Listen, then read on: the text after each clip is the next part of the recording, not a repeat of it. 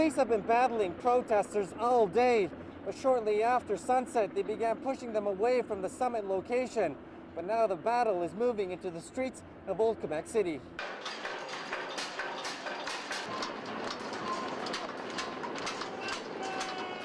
Squads of riot police pushed back protesters, fearing another breach of the security fence. Police also stepped up arrests of instigators, as well as those too slow in getting out of the way. There was a line of police officers, and they just charged at me and threw me on the ground and handcuffed me and arrested me. Today's protest began peacefully enough. Labor unions marched with solidarity groups, but when they reached a fork in the parade route, the two sides diverged. This is the point at which the protest is splitting up.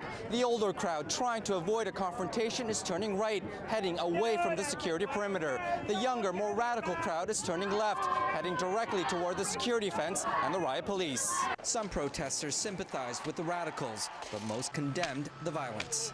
Obviously, you're going to have people who are committed to a more radical and violent way of showing, which obviously most people here don't.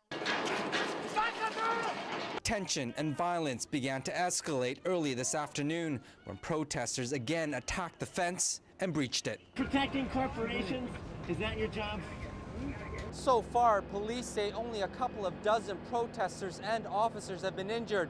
Nothing too serious. But with the level of violence clearly escalating, so too is the possibility of more serious injuries.